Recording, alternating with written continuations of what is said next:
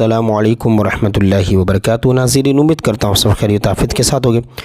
آئیے انشاءاللہ عز و جل آج کی اس ویڈیو میں اردو کتاب بہار شریعت حصہ اول کا پارٹ نمبر 11 پڑھیں گے اور عقیدہ نمبر 33 سے ہمیں کنٹینیو کرنا ہے۔ دیکھیے یہاں سے عقائد کے متعلق جو ہے بیان چل رہا ہے اور نبوت کے عقائد، ٹھیک ہے، نبوت کے بارے میں، نبیوں کے بارے میں کیا عقیدہ ہونا چاہیے۔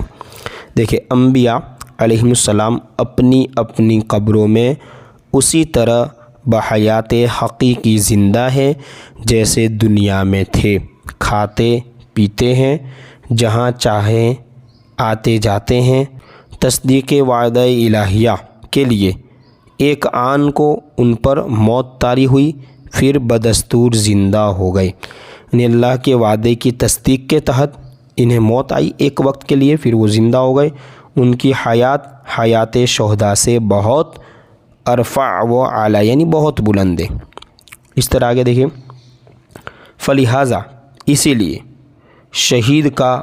ترکہ تقسیم ہوگا، یعنی جو وصیت میں چھوڑا ہوگا وہ تقسیم ہوگا، بٹے گا۔ اس کی بیوی بعد عدت نکاح کر سکتی ہے، یعنی جیسے وہ شہید مر گیا، اب اس کی جو بیوی عدت ختم کرنے کے بعد نکاح کر سکتی ہے، بخلاف انبیاء کے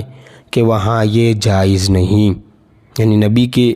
کیونکہ وہ انتقال ہوا نہیں، وہ زندہ ہے۔ یہاں تک جو عقائد بیان ہوئے ان میں تمام انبیاء علیہ السلام شریک ہیں۔ اب بعض وہ امور جو نبی صلی اللہ علیہ وسلم کے خصائص یعنی خاصے ہیں میں ہیں بیان کیے جاتے ہیں۔ دیکھا اب آگے حضور پاک صلی اللہ علیہ وسلم کے خواص کو بیان کیا جائے گا عقیدہ نمبر 34 سے۔ اور انبیاء کی بعثت خاص کسی ایک قوم کی طرف ہوئی، یعنی ان کو جو بھیجا گیا نا تو ایک قوم کی طرف۔ حضور اقدس صلی اللہ علیہ وسلم تمام مخلوق، انسان و جن، بلکہ ملائکہ، حیوانات، جمادات سب کی طرف مبعوث ہوئے، یعنی سب کی طرف بھیجا گیا۔ جس طرح انسان کے ذمے حضور صلی اللہ علیہ وسلم کی اطاعت فرض ہے، یوں ہی ہر مخلوق پر حضور صلی اللہ علیہ وسلم کی فرما برداری ضروری۔ اس طرح دیکھا آگے عقیدہ نمبر 35، حضور اقدس صلی اللہ علیہ وسلم ملائکہ و انس و جن و حور و غلمان و حیوانات و جمادات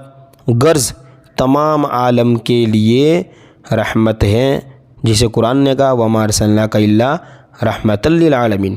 اور مسلمانوں پر تو نہایت ہی مہربانی، بہت مہربانی۔ اس طرح آگے دیکھیں عقیدہ نمبر 36، حضور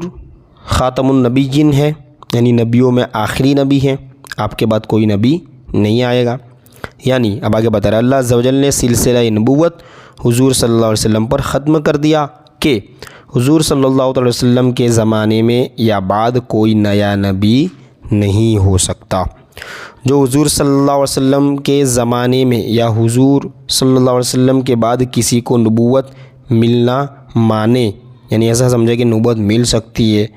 یا جائز بھی جانے، تو وہ کون ہے؟ کافر ہے۔ اس طرح آگے دیکھیے حضور صلی اللہ علیہ وسلم افضل جمیع مخلوق الہی ہے، یعنی اللہ کی تمام مخلوق میں افضل ہے کہ اوروں کو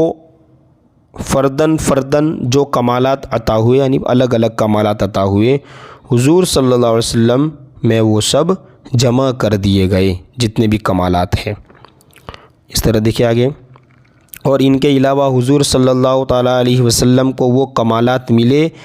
جن میں کسی کا حصہ نہیں، یعنی حضور کی ایک الگ خصوصیت ہے، بلکہ